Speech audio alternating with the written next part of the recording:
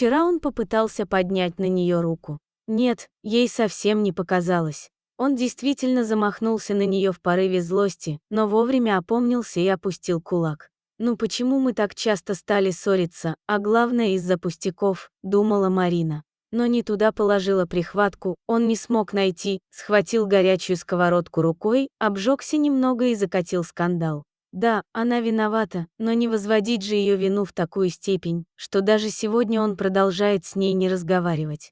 Она просто не выдержала и ушла из дома. Марина сидела на берегу и грустно смотрела на лунную дорожку, по которой так и хотелось поплыть в какое-нибудь светлое будущее. До того она манила к себе, но девушка не решалась. Все же был уже конец августа и вода была холодная. Они снова сегодня поссорились с мужем, и в этот раз она услышала самое страшное, то, чего боялась услышать за все 7 лет брака.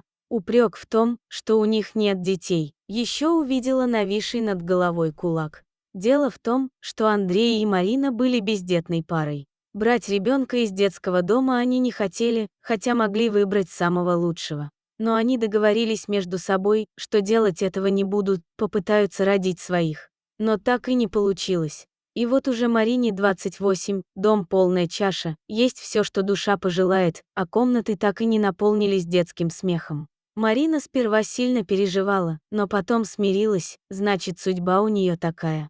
Женщина вспоминала начало их любви. Они росли вместе, учились в одной школе, сидели за одной партой и мечтали сразу после школы пожениться. Но родители молодых людей встали стеной. Пока не получите образование, никакой свадьбы. Потом они оба поступили в университет. Про свадьбу уже не думали. Но вдруг, на последнем курсе все-таки решили пожениться, тайком от всех.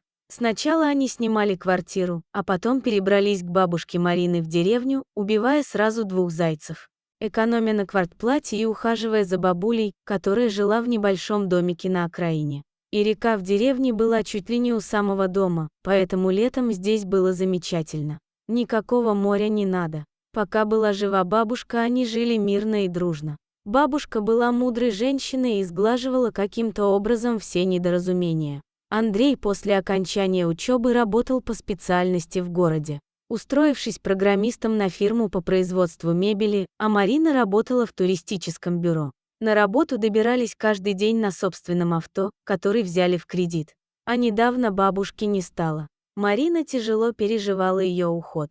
Все валилось из рук. Ведь вся домашняя работа раньше была на бабушке. И вот теперь ее нет. А Марина, как показало время, не очень справлялась с этой работой. У бабушки все было отлажено, как часовой механизм, и все предметы знали свое место. И Андрей тоже знал, где и что лежит, а сейчас на кухне был полный хаос. Все нарастало, как снежный ком. Недовольство бытом и недовольство друг другом, да и дел хватало, как в любом хозяйстве. Еще и большой сад требовал ухода. К тому же несколько лет назад Марина увлеклась животноводством. Завела каких-то крошечных декоративных кур-перепелок, цесарок, которые несли цветные яйца, а перепелки яйца размером с наперсток. Купили и милейшего козленочка, выросшего в строптивую козу Вальку. Конечно, Марине тяжело, но она должна уже научиться всем премудростям жизни, которым учила ее бабушка. Да, она виновата без сомнения, но не настолько же, чтобы сидеть тут и терзаться в одиночестве. Бабушка всегда говорила, что в драке всегда виноваты оба. Андрей даже не попытался ее найти, хотя прошло уже больше 3 часов, как она ушла из дома.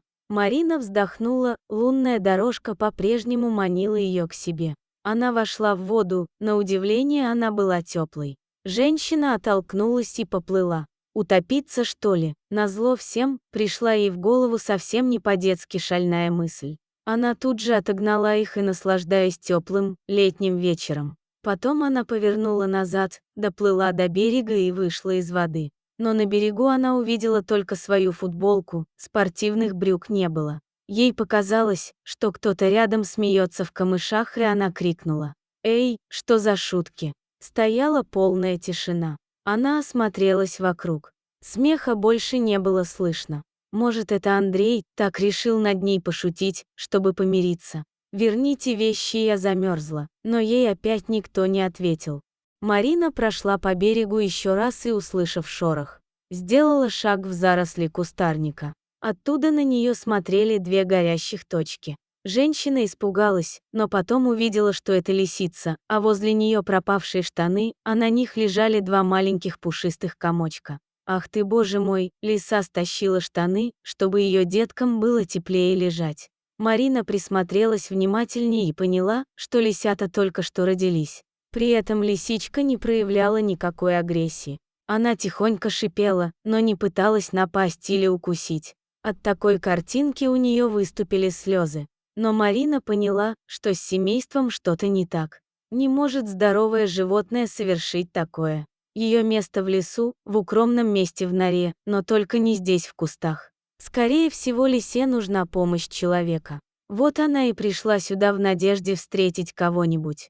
Надо что-то делать, как-то помочь, стучало у нее в висках. Марина решила, что должна сделать все возможное для этого бедного животного. «Лисичка, ты откуда здесь взялась?» И она присела, чтобы лучше рассмотреть животное в темноте.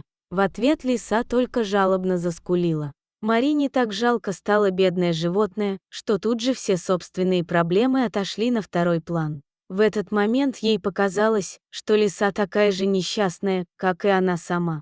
«Сейчас, потерпи, моя хорошая, я скоро вернусь». Бабушкин дом стоял на отшибе, и она побежала через всю силу домой, в чем было.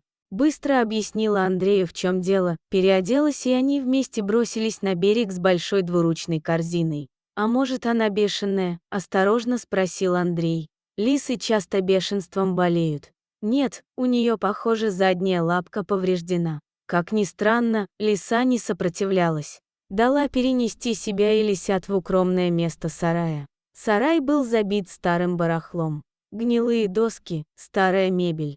Марина схватила со стола тарелку с супом, накрошила туда хлеба и бросилась обратно в сарай.